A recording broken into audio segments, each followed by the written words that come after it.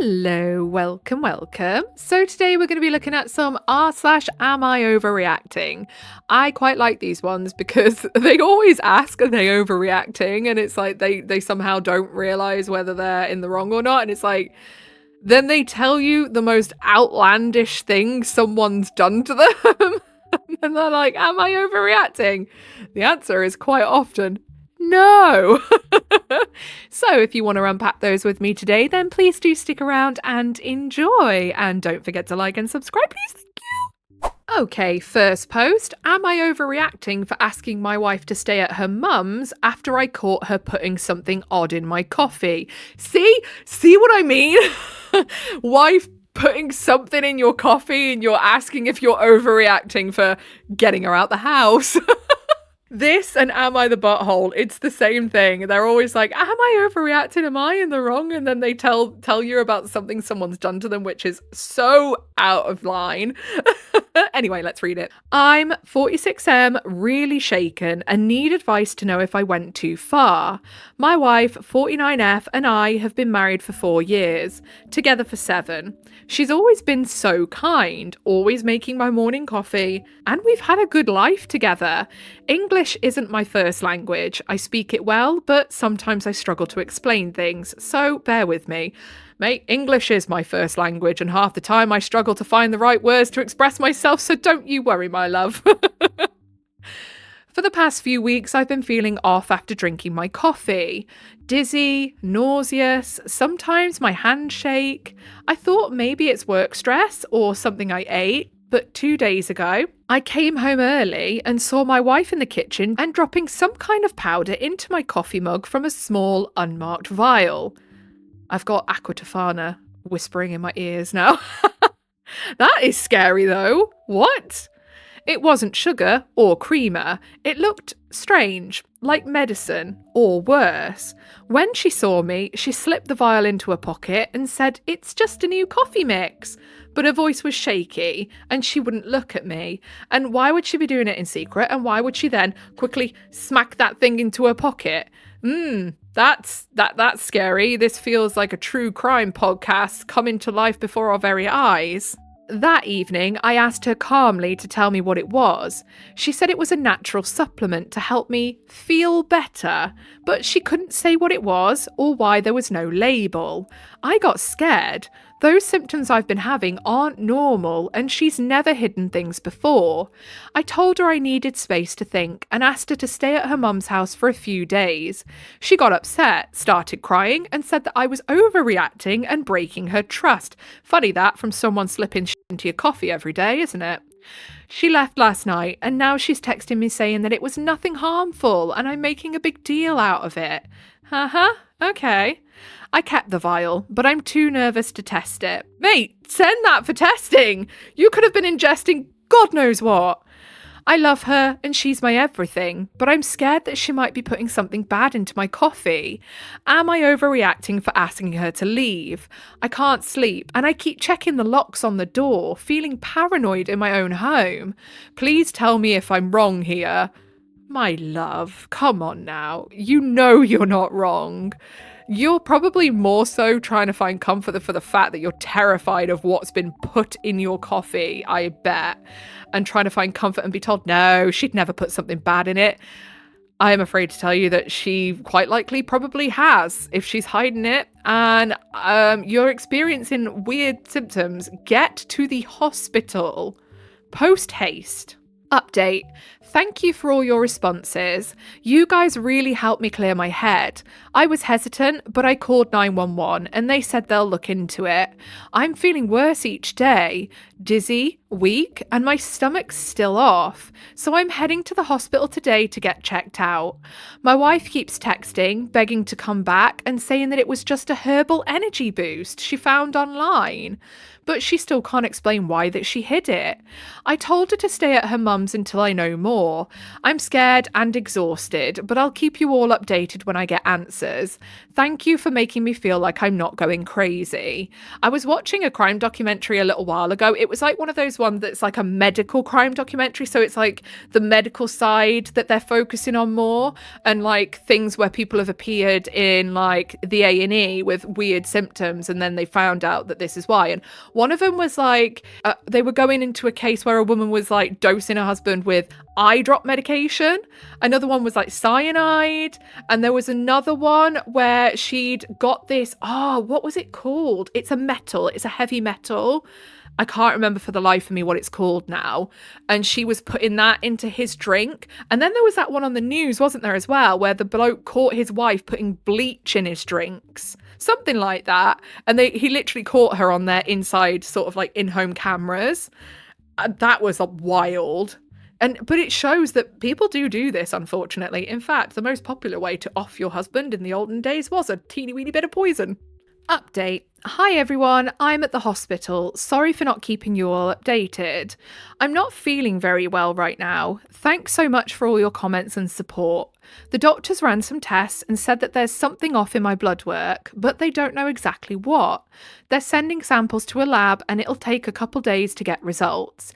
They told me to stay here for observations because my symptoms, dizziness, nausea, shaking, so it's getting worse very quick. I gave the vial to the police when they stopped by earlier and they're testing it. They didn't say much, but their serious faces freaked me out. My wife keeps calling me and texting and sobbing, saying that she's so sorry and it was just a home herbal remedy from a friend to help me. But she's still dodging my questions about why she hid it. And it's making my head spin. I told her we can't talk until I'm out of here and know what's going on. She's at her mum's, but her texts are so frantic, it's breaking my heart. I love her, but I don't think if I can ever trust her ever again. I'm stuck in this hospital bed and I feel so alone. I'll keep you all updated when I hear from the lab or police. So then down in the comments, Decent Wallaby 4432 says, you need to call the police. And then Linsaw says, even if it was herbal, hiding it makes it shady. That's enough to get the cops involved. And then Fried Lipstick says, also, who decides to give their partner a supplement without consent? That is not normal, and I'd be livid. I don't think it's just a supplement, though. It should be tested. OP needs to get it checked immediately. I don't think it's just a supplement. It could be one of those like supplements that is actually kind of illegal and people get underground for God knows what reason. The wife would be giving him that, but that's the only thing I could think of why it wouldn't be labelled. But if it was a supplement, it would be labelled. You know, it would be in a branded container. The fact that it's in a little nondescript vial with nothing on it is concerning. So Decision Making Sucks Zero says, I considered slipping my ex a probiotic. I'm so glad this person is your ex. He has some horrible bowel issues and refused to see a doctor, and he would not take one.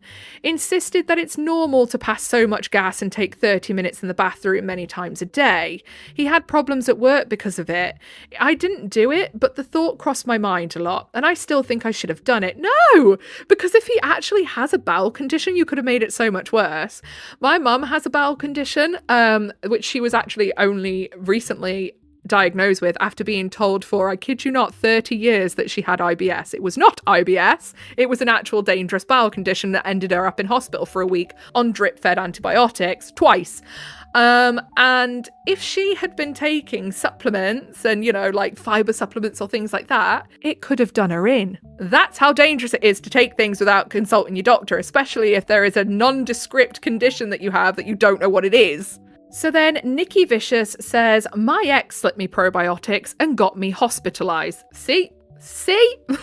I was on multiple immunosuppressants. I have lupus and was newly diagnosed, trying to get my disease under control, and was also on an antibiotic to treat a UTI. My UTI ended up becoming a severe kidney infection, and my lupus medication suddenly became way less effective, and we couldn't figure out what was going on. My ex's friend admitted that my ex had been slipping me probiotics because he was trying to punish me for stupid crap. My goodness. He thought that they'd just make me gassy like they did him. Instead, I had a nice 5-day stay in the hospital while I got pumped full of medications to get everything back under control. It's fine though. He pooed himself while he was in the car with the woman he was cheating on me with after he ran out of probiotics and didn't pick more up. Karma had my back on that one. That's hilarious, but not hilarious what he was doing, but that is hilarious that he pooed himself. And then Form Assault 3763 says, this comment was a wild ride for 6:15 a.m. It's got a little bit of everything. Near-death experience, infidelity, pant pooing. Almost deserves its own sub. It does. I want to hear a more in-depth story on this, actually. I feel like we've only scratched the surface. Now, I will say I did try and have a look at the OP's account and their posts and whatnot to see if they'd posted an update or see if I could find like a comment update. I could not. I will keep an eye on this one though, because I am very, very interested to know how this turns out. I did also see that multiple people had tried to like do a thing where they input the username and try and see if they're a bot or fake or whatever. And apparently the thingy, I don't know what it is that works it out. The thing that figures out if you're a bot or not says that they're most likely not a bot. So that's scary because it means that this very likely is not fake. And that's horrifying. But obviously, you only have to turn on the news or watch a true crime documentary to see that this happens an awful lot. Yeah, creepy, very creepy. Okay, next post. Am I overreacting about this inappropriate text from a recent client of mine? Not much of a backstory here, but here are a few details that may help with the story. This client reached out to me after an appointment she received with me. She's been a consistent client of mine for nearly 2 years and has never once reached out after a session until now. Obviously, she's going through something with her husband, but that isn't my problem, and in my opinion, it's inappropriate for her to reach out and talk to me the way she did. Am I overreacting here, or could I have been a little nicer? It would be nice to know what service it was that you were providing, because obviously that could give us a bit of clarity into the client-professional relationship, but we'll read on. Hey, I just wanted to say thank you so much for the massage. Oh, okay. Never mind. I should have just kept reading. It's been way too long. Hey, I appreciate it. Thanks for reaching out. Feel free to leave a review if you'd like. I absolutely will. Upside down smiley face. I thought that was always used for like sinister intentions. I mean, considering this is on Am I Overreacting, that possibly is sinister intentions. Also, this may be a reach, but can I buy you a drink sometime? I haven't felt like this in a hot minute, and my husband refuses to acknowledge me. I'm sorry to hear that, but please don't text me anymore unless it's for an appointment. This isn't appropriate. I'm sorry, OP, but if you are going to go ahead and massage this woman after she's just propositioned you for a sneaky date behind her husband's back, you are a fool unto yourself, because she's already broken a boundary and made you very aware she's quite comfortable with being inappropriate, and you are going to sit in a room with her where she's half dressed and rub oil all over her? No, don't do that. You're putting yourself in a real compromised position, and I'm not saying that if she did anything that it would be your fault. Not at all. What I'm saying is protect your peace, OP. Protect it hard. Drop her as a client. That is an overstep, especially for the type of services you provide. That's not how you say that. Am I overreacting at my flatmate's response after I confronted her about eating my muffins? I, 28F, baked some blueberry muffins today and left them to cool on the bench. Recipe says it would make 12 regular-sized muffins, but in reality, I got 9 tiny muffins, small, cupcake-sized. I'd be fuming. Where is the rest of my muffins? I ate one, then went to my room, waiting for them to cool down, and my flatmate, 30F, comes downstairs and asks if she can have one. I tell her that they're not that great as they didn't rise enough and the recipe made less than intended, but she can have one. I came out from my room later on to see that she had taken 2 muffins, the largest ones, leaving me with 6 tiny muffins left. I was pretty annoyed since it took me over an hour to make them and I wanted them to last the whole week as I'm not doing well financially right now and need to make sure what I have lasts until my next payday. For context, I do like to share and regularly offer my flatmate little bits of whatever I am making, usually some cut fruit or snacks. However, this flatmate does tend to ask me 1 to 2 times a week if I have any snacks outside of what I offer, while earning more than 2 to 3 times my income, which adds to the annoyance. So I admit I could have sounded less peed off in my text, but I was already in a bad mood and this took the cake. Technically the muffin. More context. She wanted to go on an elimination diet and doesn't like cooking prep work. I used to be a professional chef and she asked me multiple times over several weeks if I could cook for her and she'd pay me. So I did, for 2 weeks. That's what she was referring to when she said she hired me. Anyway, I am quite upset over her response and think that she was quite rude, especially bringing up the fact that she hired me, as she still owes me money for the work I did for her. That's a red flag. I think it comes off as manipulative and almost threatening. So, am I overreacting or is she overreacting? So, here's the text thread. Oi, did you take 2 muffins? Oh, yeah, sorry, haha. The first one had heaps of blueberries in it and not much batter. I'm actually pretty annoyed about that. You should have asked. Next time, no muffins for you. I already said sorry. Yeah, no worries, I won't take your muffins again. But not a great way to talk to someone who hired you, to be honest. Don't talk to me that way again. Wow.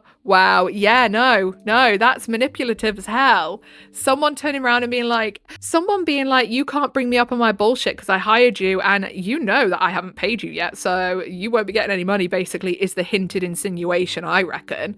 That is so manipulative. I would be fuming about that and I'd be calling them out on it. I'd be like, don't you dare ever try and threaten me again.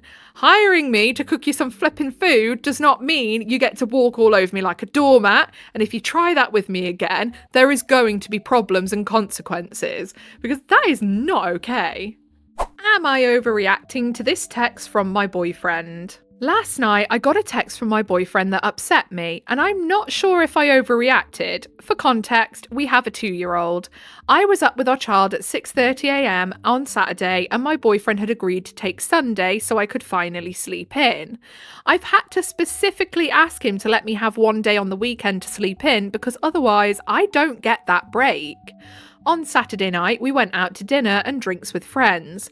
When we got home, he put our child to bed at around 8:15 and then fell asleep in the kids' room. By the time he came back to our room around 9, I was already asleep. Later, he sent me a text.